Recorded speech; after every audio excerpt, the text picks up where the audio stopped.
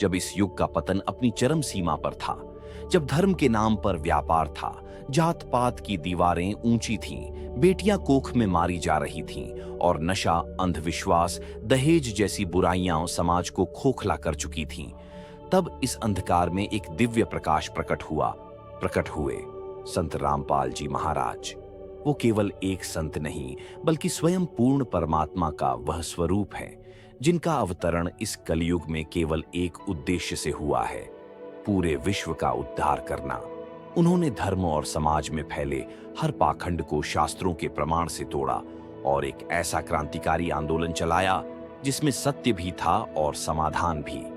जातिवाद, नशा, भ्रूण हत्या, दहेज और कर्मकांड जैसी कृतियां उनके प्रवचनों के सामने टिक नहीं सकी।